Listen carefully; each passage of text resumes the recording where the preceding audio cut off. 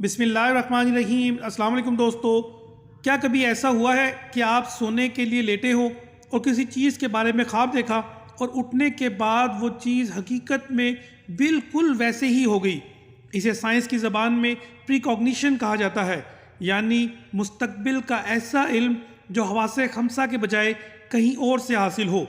عام طور پر پری کاگنیشن کو اتفاق کہہ کر ٹال دیا جاتا ہے، مگر اب ایک نیا سائنسی نظریہ ابھر کر سامنے آ رہا ہے جو شعور اور خوابوں اور وقت کے درمیان تعلق کے بارے میں ہمارے فہم کو تبدیل کر سکتا ہے۔ آج کی اس ویڈیو میں ہم سچے خواب، شیطانی خواب، ان کی تعبیر اور اس حوالے سے آج اسلام اور سائنس ان خوابوں کے بارے میں کیا کہتی ہے پر تفصیل سے بات کریں گے۔ خوابوں کی عام طور پر 3 اقسام بیان کی جاتی ہیں۔ نمبر 1 رحمانی خواب، نمبر 2 شیطانی خواب، نمبر 3 خوابوں کی وہ قسم ہے جس میں کوئی خاص مقصد نہیں ہوتا، کچھ چیزیں ہمارے لاشعور میں پڑی ہوتی ہیں اور وہ ہمیں بے ربط سی صورت میں خواب کی شکل میں نظر آتی ہیں۔ ہمارا دماغ کسی وقت بھی شٹ ڈاؤن نہیں ہوتا، حتیٰ کہ جس وقت ہم سو رہے ہوتے ہیں اس وقت بھی ہمارا دماغ مسلسل کام کر رہا ہوتا ہے۔ صرف ایک وقت ایسا ہوتا ہے جب ہمارا دماغ شٹ ڈاؤن ہوتا ہے، اور وہ وقت ہوتا ہے جب انسان چھینک مارتا ہے اور پھر ہمارا دماغ ری سٹارٹ ہو جاتا ہے۔ اسی لیے ہمیں چھینک مارنے کے بعد الحمدللہ کہنے کا حکم دیا گیا ہے۔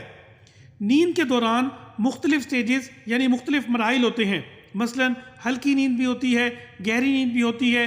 نیند کے دوران ہمارا دماغ مسلسل کام کر رہا ہوتا ہے اور تمام انفارمیشنز پروسیس ہو رہی ہوتی ہیں۔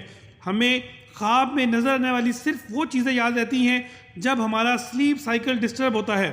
وہ کسی وجہ سے بھی ڈسٹرب ہو سکتا ہے، مثلا کسی کے اچانک اٹھانے کی وجہ سے بھی یہ سلیپ سائیکل ڈسٹرب ہو سکتا ہے، کسی شور کی وجہ سے بھی ہو سکتا ہے، یا اگر ہماری نیند مکمل ہو جائے تو اس سے بھی ہمارا سلیپ سائیکل ڈسٹرب ہو سکتا ہے، یا خواب میں دیکھے جانے والے واقعے کی شدت کی وجہ سے بھی ہمارا سلیپ سائیکل ڈسٹرب ہو سکتا ہے۔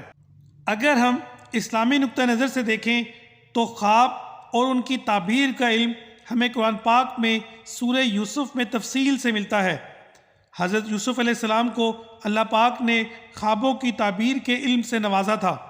حضرت یوسف علیہ السلام کا مشہور واقعہ ہے جب عزیز مصر نے اپنی بیوی زلیخا کی طرف سے عائد کردہ الزام پر حضرت یوسف علیہ السلام کو قید میں ڈال دیا تھا۔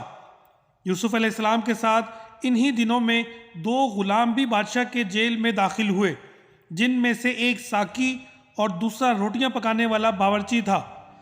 ان دونوں کو بادشاہ کو زہر دینے کی سازش میں گرفتار کیا گیا تھا۔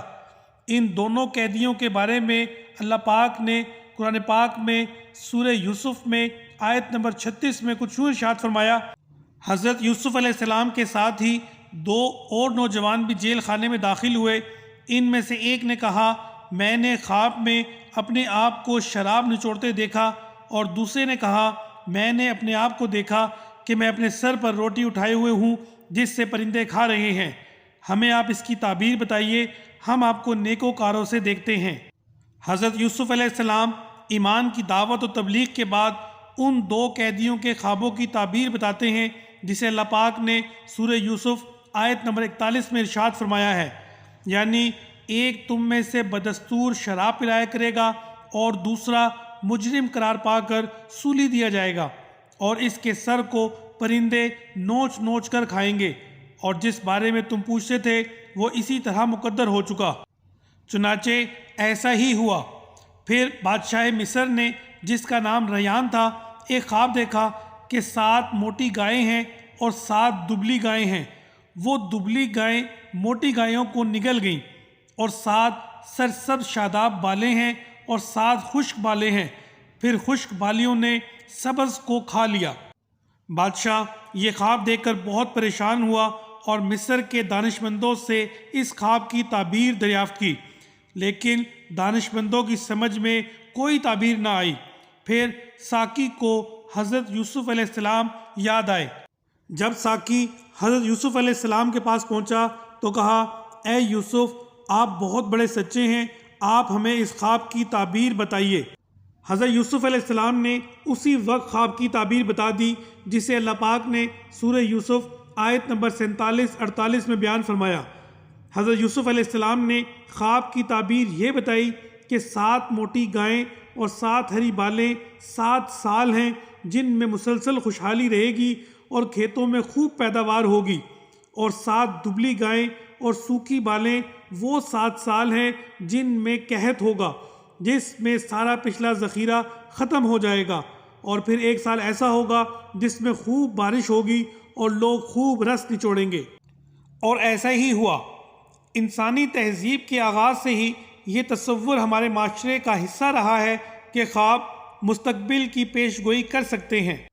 دنیا کی قدیم ترین داستان دی ایپک آف گلگمیش، جو کہ بابل میں 2100 قبل مسیح میں لکھی گئی تھی، اس میں کہانی کے ہیرو گلگمیش اور اینکدو کے کئی خوابوں کا تذکرہ ہے جو بعد میں سچ ثابت ہوتے ہیں۔ اس کے بعد 20ویں صدی میں فلسفی اور جدید نفسیات کے بانی کارل جنگ نے اپنے کیریئر کے کئی برس اس معاملے پر تحقیق کرتے ہوئے گزارے، اور اسے سنکرونسٹی یا زمانی اتفاق کہا جاتا ہے۔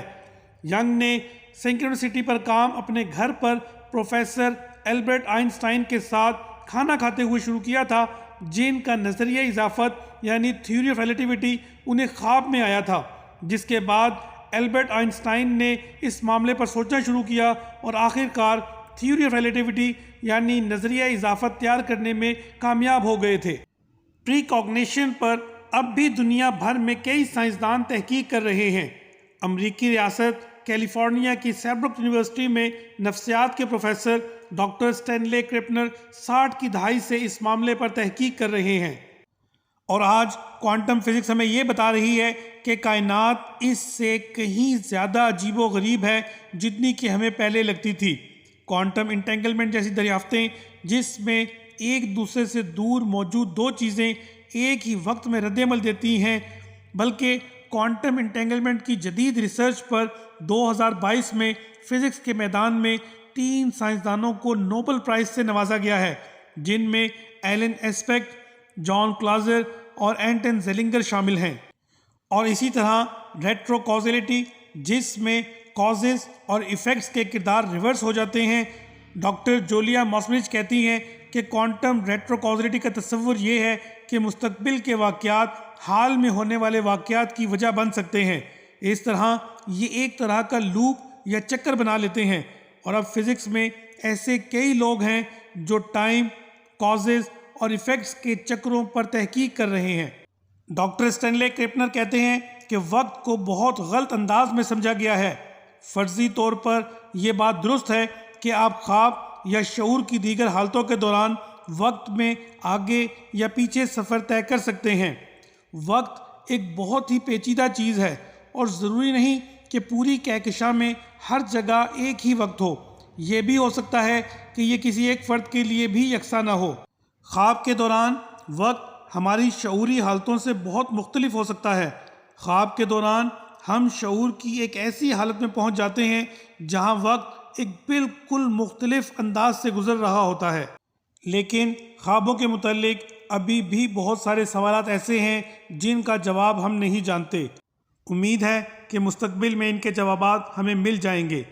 کیا آپ نے کبھی کوئی ایسا خواب دیکھا ہے جو بعد میں حقیقت ثابت ہوا ہو؟ اگر آپ نے کبھی کوئی ایسا خواب دیکھا ہو تو ہمیں کمنٹ سیکشن میں ضرور بتائیے گا۔ نیکسٹ ویڈیو میں انشاءاللہ مزید معلومات کے ساتھ آپ سے ملاقات ہوگی۔ اس وقت تک کے لیے اللہ حافظ۔